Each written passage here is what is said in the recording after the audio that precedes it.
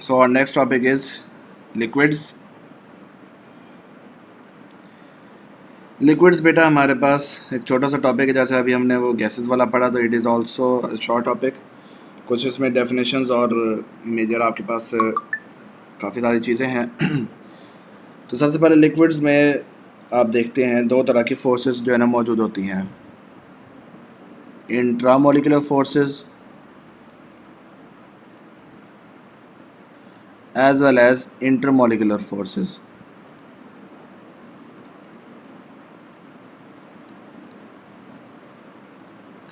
तो जो इंट्रामोलिकुलर होती हैं और इंटरमोलिकुलर होती हैं, what is the difference between them?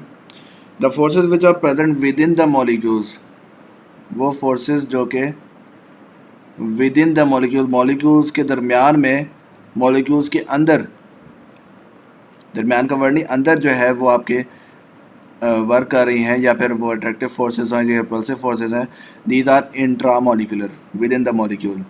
जबकि between the molecules the forces which are present among the molecules, या दो मॉलिक्यूल्स के दरमियान में,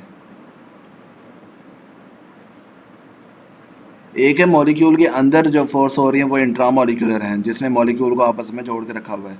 जबकि एक मॉलिक्यूल का दूसरे मॉलिक्यूल के साथ जो फोर्सेस ऑफ अट्रैक्शन है या रिपल्शन है, इट इज़ इंटरमोलिकुलर फोर्सेस। ठीक है, अब आपके पास इसकी एग्जांपल्स कौन कौन सी हैं? It is ionic bonding, ionic bond जो कि दो मॉलिक्यूल्स को आपस में जोड़ के रखता है। It may be covalent bond, इसी तरह से जो है आपके पास कोऑर्डिनेट कोवलेंट बॉन्ड आ जाता है, मेटालिक बॉन्डिंग आ जाती है। So there are different types of bonding which are present in the within the molecules। ठीक है, और ये क्या होती हैं? स्ट्रॉन्ग होती हैं as compare to that of intermolecular forces. ठीक है, अब इंटरमोलिकुलर फोर्सेस में आपके पास कौन कौन सी एग्जांपल्स आ जाती हैं? For example dipole dipole interaction, इसी तरह से आयन डाइपोल इंटरेक्शन,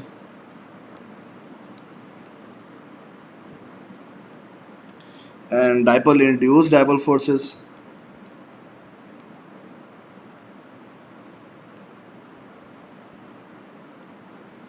और साथ में इंस्टेंटेनियस डाइपोल, या फिर जिसे हम कहते हैं लंदन डिस्पर्जन फोर्सेस, LDF। ठीक है, and last but not the least hydrogen bonding. तो ये सारे के सारे हमारे पास इंटरमोलिकुलर फोर्सेस की डेफिनेशन है। ठीक है, अच्छा, अब कुछ एक दो और चीज़ें हैं, और इससे जो है ना बहुत सारी चीज़ें हमारी बनती हैं लिक्विड्स वाले टॉपिक में से। What is polar and non polar? Polarity और नॉन पोलैरिटी क्या चीज़ डिपेंड करती है? जब आपको इन चीज़ों का बेसिक पता होगा, you can do the complex things as well. ठीक है, तो बेटा पोलर मॉलिक्यूल्स उनको कहते हैं, इनकी पहचान क्या होती है? मोस्टली ये हेट्रोटॉमिक होते हैं, हेट्रोटॉमिक मॉलिक्यूल्स। हेट्रोटॉमिक मीन्स जिनके एटम्स जो हैं they are different, having different atoms. जबकि ये जो हैं वो आपके पास होमोटॉमिक मॉलिक्यूल्स होते हैं, या मोनोटॉमिक होंगे, या क्या वर्ड यूज़ कर सकते हैं हम लोग? होमोटॉमिक के एक ही टाइप के एटम अगर उसमें मौजूद हैं तो then it is non polar in nature. अच्छा, पोलैरिटी और नॉन पोलैरिटी होता क्या है कि फ़र्ज़ करें कि अगर आपके पास एक चीज़ है, ठीक है, तो एक बंदा इधर है, उसके पास उसने भी ये जो है ना वो खींच रहा है इसकी अपनी तरफ, दूसरा बंदा जो है ना वो थोड़ा सा बड़ा है और वो इसको जो है ना अपनी तरफ खींच रहा है। तो आपको पता होगा कि जब आप इसको जो है एक अनबैलेंस फोर्स जो है ना वो उसने खींच रहा है, यानी कि ये एक तरफ ग्रेटर फोर्स लगा रहा है और एक तरफ जो है ना वो कम फोर्स वाला है, तो जो आपके पास सेंटर में चीज़ पड़ी हुई है वो जाहिर सी बात है it will be pull towards the greater one. ठीक है, वो उसकी तरफ खींची चली जाएगी, जबकि इसकी तरफ जो है वो कम रहेगी। और यही केस अगर हम देखें दूसरी तरफ के, अगर सेम जो है ना वो आपके पास इक्वल अमाउंट में या फिर इक्वल जो है वेट वो आपके पास खींच रहे हैं चीज़ों को, तो फिर वो चीज़ जो है वो इन द सेंटर ही रहेगी, वो किसी भी एक की तरफ मूव नहीं करेगी, बिकॉज इक्वल फोर्सेस से जब वो एक चीज़ को पुल कर रहे हैं, सो it is in the centre. Same case is of the polar and non polar nature, कि अगर आपका जो है हाइड्रोजन इधर है, इधर भी हाइड्रोजन है, तो इन दोनों ने जब बॉन्डिंग की है, आपने इन्होंने कोवलेंट बॉन्ड बनाया, ठीक है। तो कोवलेंट बॉन्ड आपको पता है, इन्होंने अपना अपना एक एक हाइड्रोजन जो है ना वो अपना इलेक्ट्रॉन जो है ना वो इन द सेंटर रख दिया फॉर शेयरिंग और कोवलेंट बॉन्डिंग। इस तरह से इसके भी 2 इलेक्ट्रॉन पूरे हो गए और इस हाइड्रोजन के भी 2 इलेक्ट्रॉन पूरे हो गए। लेकिन क्योंकि ये दोनों सेम है तो इलेक्ट्रॉन जो है किसी एक की तरफ जो है वो झुकता नहीं है या फिर जाता नहीं है। But in the case of water, अगर हम वाटर की बात करें तो आपको पता है कि ऑक्सीजन जो है, इसके लिए जो प्रॉपर्टी हम पढ़ते हैं ना खींचने की, ये to attract the share pair of electron towards itself, ये हम प्रॉपर्टी किसको कहते हैं? इलेक्ट्रोनेगेटिविटी इसको कहते हैं। इलेक्ट्रोनेगेटिविटी क्या होता है? It is the ability of an atom और an element to attract the shared pair of electron toward itself, कि वो अट्रैक्ट करेगा जो भी चीज़ वो शेयरिंग कर रहे हैं दरमियान में इलेक्ट्रॉन की, शेयर्ड पेयर ऑफ इलेक्ट्रॉन अपनी तरफ खींचने की उसकी ताकत को हम इलेक्ट्रोनेगेटिविटी कहेंगे। तो जब ये इसने ऑक्सीजन ने इसके साथ बॉन्ड बनाया हाइड्रोजन के साथ और इसके साथ भी इसने बॉन्ड बनाया, तो इन दोनों को जो है ऑक्सीजन की इलेक्ट्रोनेगेटिविटी आपको पता है ज़्यादा होती है, और ये 3 आपके पास जो है ना मेजर हैं जिनकी इलेक्ट्रोनेगेटिविटी ज़्यादा होती है, FON। फ्लोरीन की सबसे ज़्यादा होती है, इट इज़ 4.0, ऑक्सीजन की नेक्स्ट होती है 3.6 and then nitrogen has I think 3.2, chlorine भी इसके करीब करीब होती है। तो बाद में ये कह रहा था कि जो इलेक्ट्रॉन का पेयर है उसको ऑक्सीजन अपनी तरफ खींच लेगी, और क्योंकि इलेक्ट्रॉन उसके पास चले गए हैं then it develops a partial negative charge. मुकम्मल तो नहीं आएगा लेकिन पार्शियल नेगेटिव, जबकि हाइड्रोजन के पास इलेक्ट्रॉन की कमी हो गई है एक तरह से, लेकिन इन द बॉन्ड अभी भी वो मौजूद हैं तो वो पार्शियल पॉजिटिव बन गया। तो इसको हम कहते हैं ये पोल्स बन गए इसके, इट हैज़ क्रिएटेड पोल्स, यानी एक जो पोल है इट इज़ एक side is the one side is positive and the other one is the negative, ठीक है। इसको डाईपोल भी कहते हैं और पोलर भी कहते हैं। अब पोलर तब बनेगा जब आपके पास डिफरेंट एटम्स होंगे, ऐसा ही है, यानी कि एक जो है ज़्यादा स्ट्रॉन्ग फोर्सेस से खींचने वाला जैसे कि ऑक्सीजन, और एक जो है वो कम फोर्स से खींच रहा है, तो हमारे पास पोल्स तब बनेंगे। But when they are monoatomic या फिर सेम है, क्लोरीन का क्लोरीन के साथ क्या बॉन्ड होगा? नॉन पोलर होगा। क्यों नॉन पोलर होगा? क्योंकि chlorine is pulling the electrons या फिर share pair of electrons towards itself with the same force the other chlorine is doing, मतलब कि दोनों जो है ना वो एक सेम फोर्स से कर रहे हैं, तो आपके पास नेट जो रिज़ल्ट होगा वो इन द इलेक्ट्रॉन जो आपका पास क्लाउड है वो इन द सेंटर ही रहेगा, और वो आपके पास नॉन पोलर इन नेचर होगा। और इनके इलेक्ट्रॉन नेगेटिविटी का डिफरेंस जो है ना वो भी आपको पता हम निकालते हैं, क्योंकि ये दोनों सेम है, इन दोनों की माइनस करके कितना भी है, फॉर एग्जाम्पल इसका 3.2 है, इसका भी 3.2 है, दोनों को माइनस हो गया, इट इज़ 0। तो जिसका इलेक्ट्रोनेगेटिविटी 0 होता है वो नॉन पोलर इन नेचर होते हैं, और जिनके इलेक्ट्रोनेगेटिविटी डिफरेंस ग्रेटर देन 1 होता है then it is polar in nature, ठीक है। ये बहुत ज़्यादा इंपॉर्टेंट जो है ना हमारे पास ये बेसिक इसका कॉन्सेप्ट है। देन मूविंग ऑन, हमारे पास आते हैं जी डाइपोल फोर्सेस, क्योंकि आयनिक कोवलेंट बॉन्ड वो तो आपके पास सॉलिड्स में आते हैं, और हम जो लिक्विड्स में हमारे पास आते हैं वो ये इंटरमोलिकुलर फोर्सेस के बारे में हम पढ़ते हैं, dipole forces.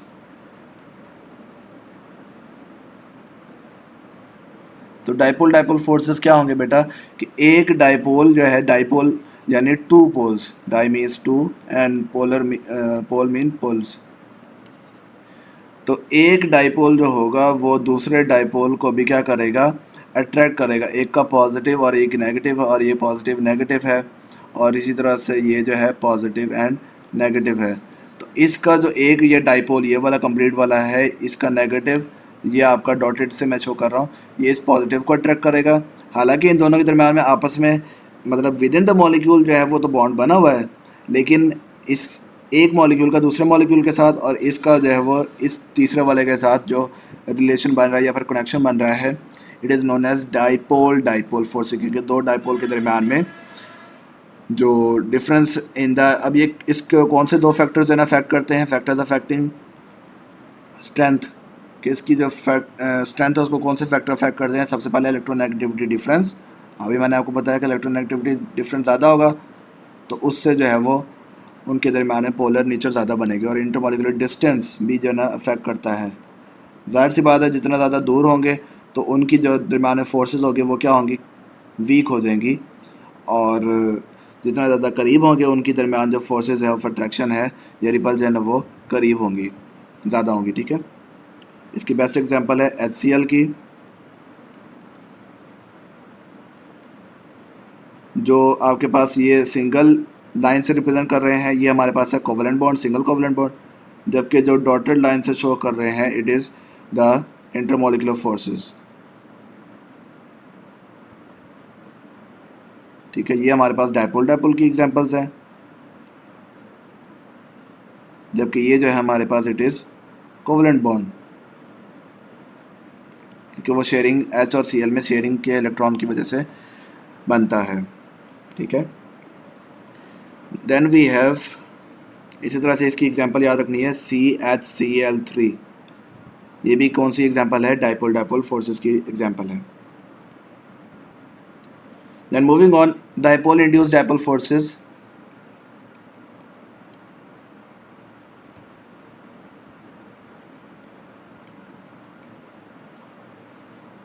these are also known as Debye forces. Debye was a scientist who discovered this type of forces, तो इस वजह से हम इनको Debye forces भी कहते हैं। अच्छा, डाइपोल इंड्यूस का मतलब होता है कि कोई चीज़ जो है ना पहले वो नहीं थी लेकिन आपने उसमें वो चीज़ एक तरह से जनरेट कर दी है या फिर उसको स्टार्ट करवा दिया उसके अंदर। ठीक है, अब जैसे पोलर है और दूसरा जो है वो नॉन पोलर है, एक पोलर है और दूसरा नॉन पोलर का आपके पास मिक्सचर है। ठीक है, तो the polar end of the molecule attracts the mobile electrons of non polar, क्योंकि नॉन पोलर के पास भी तो इलेक्ट्रॉन्स होते हैं ना, तो इसका जो पोलर एंड का जो पॉजिटिव एंड है वो अट्रैक्ट करेगा इसके जो इलेक्ट्रॉन्स है, free electrons of non polar को। ठीक है, इस तरह से जो नॉन पोलर पहले पोलर नहीं था या उसके पोल्स नहीं बने हुए थे, वो भी उसके खींचने की वजह से इट बिकम्स पोलर मॉलिक्यूल। जैसा कि अगर आप देखें इधर, तो ये आपके पास पॉजिटिव है, ये नेगेटिव है। फॉर एग्जांपल, या मैं पॉजिटिव को शो करता हूँ,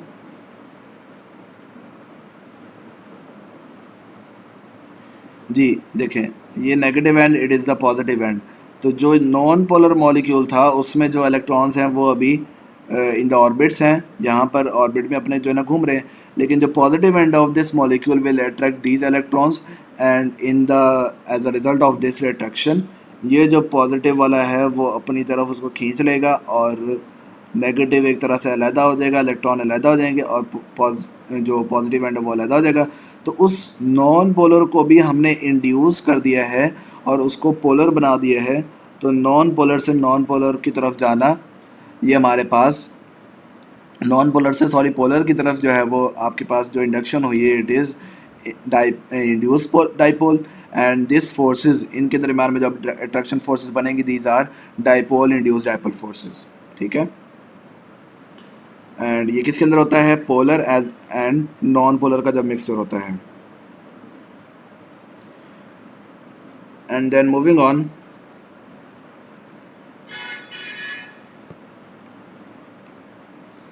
LDF which is London Dispersion Forces.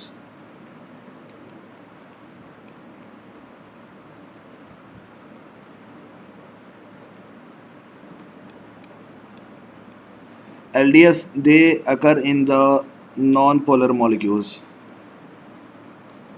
Non polar जो हमारे पास सब्सटेंसेस होते हैं उनके अंदर ये आपके जो LDF होता है वो होता है, लेकिन एक और इसका जो एक नाम है वो है इंस्टेंटेनियस डाइपोल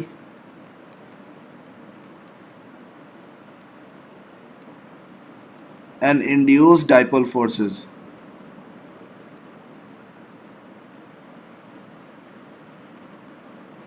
यानी कि इसमें इंस्टेंटेनियस का मतलब होता है जो एक इंस्टेंट पर या एक ही टाइम पर, एक टाइम लिमिट पे जो है ना डाइपोल उसी टाइम बना और उसने दूसरे वाले को भी इंड्यूस कर दिया, तो उनके दरमियान में जो फोर्सेस बनेगी these are the London dispersion forces. वो बंदे का नाम था लंदन, फ्रिट्ज लंदन एक्सप्लेन किया था उसने, तो इस वजह से इसको जो है ना लंदन डिस्पर्जन फोर्सेस कहते हैं। और ये फोर्सेस नॉन पोलर में भी as well as polar molecule में भी आपकी प्रेजेंट होती हैं। These are present in all types of molecules. ठीक है, और ये आपके पास इसका इफेक्ट क्या होता है कि बॉइलिंग पॉइंट और जो आपके पास मेल्टिंग पॉइंट है वो सारे के सारे इंक्रीज़ करते हैं जब आपके पास LDF यानी लंडन डिस्पर्जन फोर्सेस इंक्रीज़ करते हैं तो ज़ाहिर सी बात है जब बॉइलिंग पॉइंट क्या होता है कि जब आपने उस लिक्विड को इनटू द गैस कन्वर्ट करवाना है, और वो तभी होगी जब आप उनके दरमियान में जो बॉन्डिंग है उसको आप तोड़ोगे। तो उसके लिए जितना ज़्यादा आपको टेम्परेचर रिक्वायर होगा तो आपका बॉइलिंग पॉइंट इज़ हाई। तो लंडन डिस्पर्जन फोर्स जितनी ज़्यादा होगी उतना आपके पास बॉइलिंग पॉइंट इंक्रीज़ कर जाएगा as increase in with the increase in the London dispersion forces. ठीक है। इसी तरह से आपके पास जो चेन की लेंथ होती है ऑर्गेनिक कंपाउंड जब हम पढ़ेंगे, ऑर्गेनिक केमिस्ट्री सबसे ज़्यादा इंपॉर्टेंट होती है इस लिहाज से। तो हाइड्रोकार्बन की जो कार्बन की चेन लेंथ होती है उसके इंक्रीज़ करने से भी हमारे पास ये जो इंटरमॉलिक्यूलर फोर्सेस जो LDF वाली हैं वो हमारे पास इंक्रीज़ कर जाती हैं कार्बन की कार्बन के साथ जो लिंकेज है। ठीक है। तो इसी वजह से जो बॉइलिंग पॉइंट ऑफ इथेन है, ethane sorry, which is C2H6,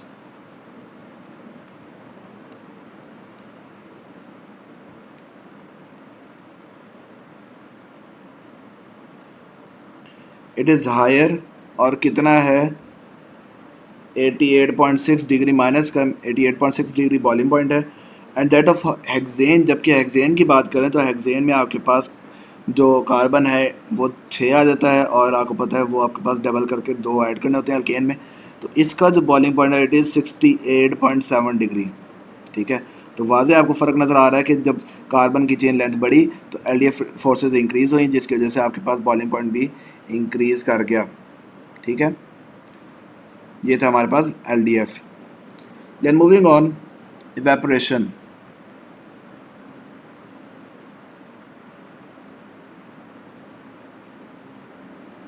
evaporation किसे कहते हैं? The spontaneous change of a liquid into vapours, कि लिक्विड से गैस का बनना या फिर वेपर्स का बनना एट ऑल टेम्परेचर्स, और ये क्या होता है? स्पॉन्टेनियस होता है, यानी कि हर वक्त हो रहा होता है, इसको हमें स्टार्ट करने की ज़रूरत नहीं होती। It is spontaneous and occurring at all temperature.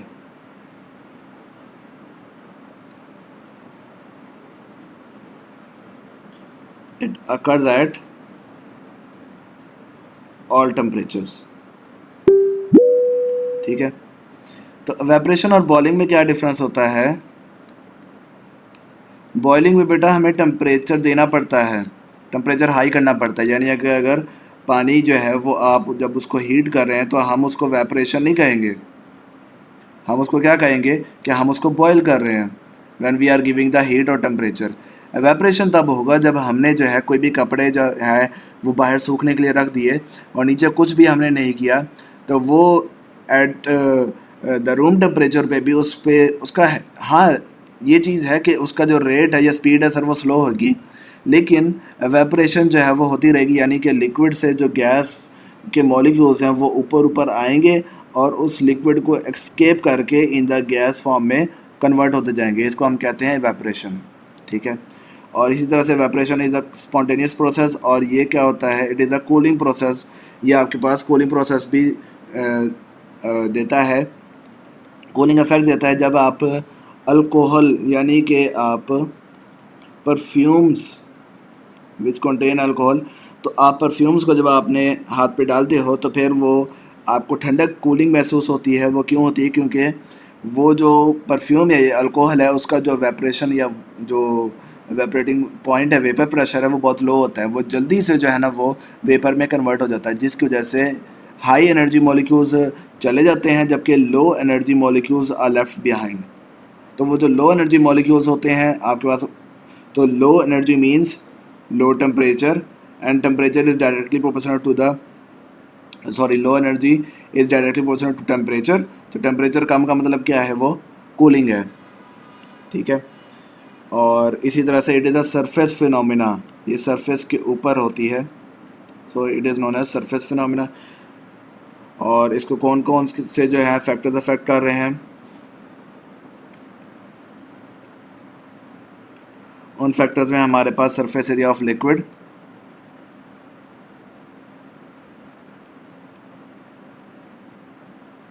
कि जितना ज़्यादा सरफेस एरिया होगा, अगर एक ग्लास में रखा हुआ, एक टब में रखा हुआ है, तो जाहिर सी बात है टब वाला जो है वो ज़्यादा उसमें सरफेस एरिया है, so the liquid will evaporate fast at a faster rate. फिर होता है आपके पास नेचर ऑफ लिक्विड, उस पर भी डिपेंड करता है। और नेचर लिक्विड में आपके पास तीन चीज़ें आ जाती हैं, size of molecules, shape of molecules and the intermolecular forces उसके दरमियान में जो है वो कौन सी टाइप की है, या फिर स्ट्रांग है या वीक है। अगर तो स्ट्रांग है तो आपको वेपरेशन करने में मुश्किल होगी, अगर ज़्यादा वीक है तो फिर कम होगा। जबकि टेम्परेचर भी अफेक्ट करता है, टेम्परेचर के बढ़ाने से वेपरेशन का रेट क्या हो जाएगा, इट विल इंक्रीज, वो जल्दी जल्दी सूखने लग पड़ेंगी। चौथा हमारे पास एक्सटर्नल प्रेशर होता है कि प्रेशर को चेंज करने से भी आपके पास वेपरेशन को जो रेट होता है वो भी कम हो जाता है, ठीक है। और इसके अगर हमें क्वेश्चन राइट करें, आपके पास water in the form of liquid है और water in the form of ये गैस बन रहा है, डेल्टा एच जो आपके पास एनर्जी है it is 40.7 kilo joule per mole, ठीक है। तो ये वैल्यू याद रखनी है और ये फैक्टर्स जो है ना वो भी याद रखने हैं। Then comes the vapour pressure, it is last topic of today's lecture.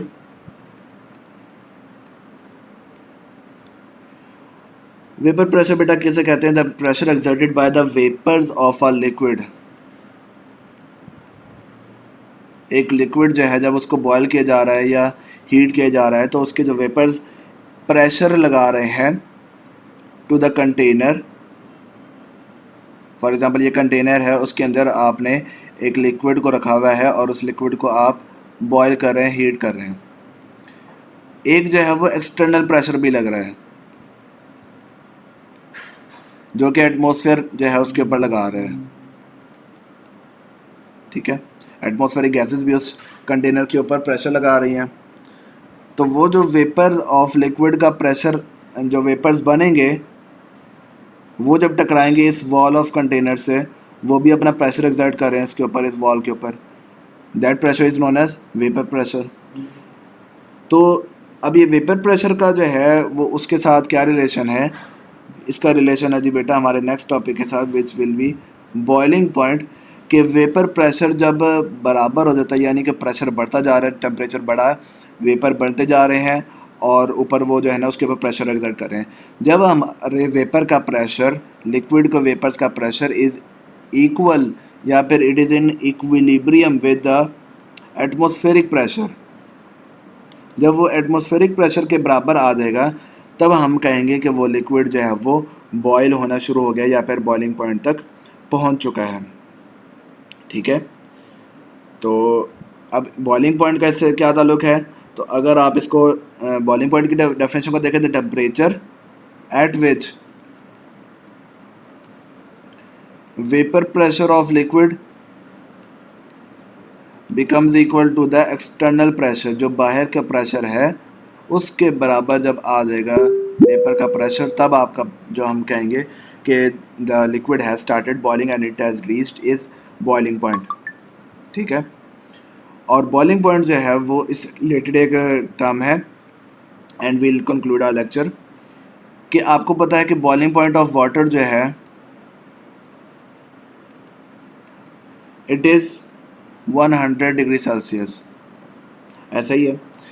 जबकि अगर हम बॉइलिंग पॉइंट ऑफ वाटर देखें मरी पर, then it is 98 degree Celsius. और वही पानी मैं ले जाऊं माउंट एवरेस्ट पर और उधर जाकर मैं इसको बॉयल करूं, so it will take 69 degree of temperature for boiling. तो रीज़न इसकी क्या है? रीज़न इसकी ये है कि बाहर का जो एक्सटर्नल प्रेशर है वो जब आप रूम टेम्परेचर पर कर रहे थे तो हमारे पास कितना होता है टेम्परेचर? 700 टॉर या 760 टॉर के बराबर होता है, ठीक है। नॉर्मल जो 1 ATM के बराबर है वो आपका 100 डिग्री सेल्सियस पर उसका जो बॉइलिंग पॉइंट है वो रीच कर देगा। लेकिन जब आप मरी हील्स पर जाते हैं तो आपका जो टेम्परेचर है, एक्सटर्नल टेम्परेचर या आप कह लें atmospheric pressure, it is decreased and decrease to 323 torr. तो जब आपका एक्सटर्नल प्रेशर कम हो जाता है तो आपको जो है टेम्परेचर कम देना पड़ेगा और थोड़ा सा कम होता है as compare to the previous one. जबकि माउंट एवरेस्ट पर इसकी जो टॉर की वैल्यू इट इज़ 23.7 टॉर। तो एक्सटर्नल प्रेशर को बराबर करने के लिए हमें थोड़ी सी हीट देनी पड़ेगी, और थोड़ी सी मतलब 69 डिग्री, और इतना जो है जब हम हीट देंगे it is the temperature which is provided to boil the liquid. और क्योंकि उसका एक्सटर्नल प्रेशर बाहर का कम है तो जल्दी वो चीज़ बॉयल हो जाएगी as compare to that of the liquid which is boiled in mercury, and as compare to the it is also less than that as compared to the liquid which is boiled in the room temperature at 700 torr। तो क्योंकि due to the difference in the pressure 700 torr 323 torr और फिर 23 torr, तो हमारा जो boiling point की values हैं for the same compound water के लिए वो तीनों वैल्यूज़ में डिफरेंट हो जाती हैं।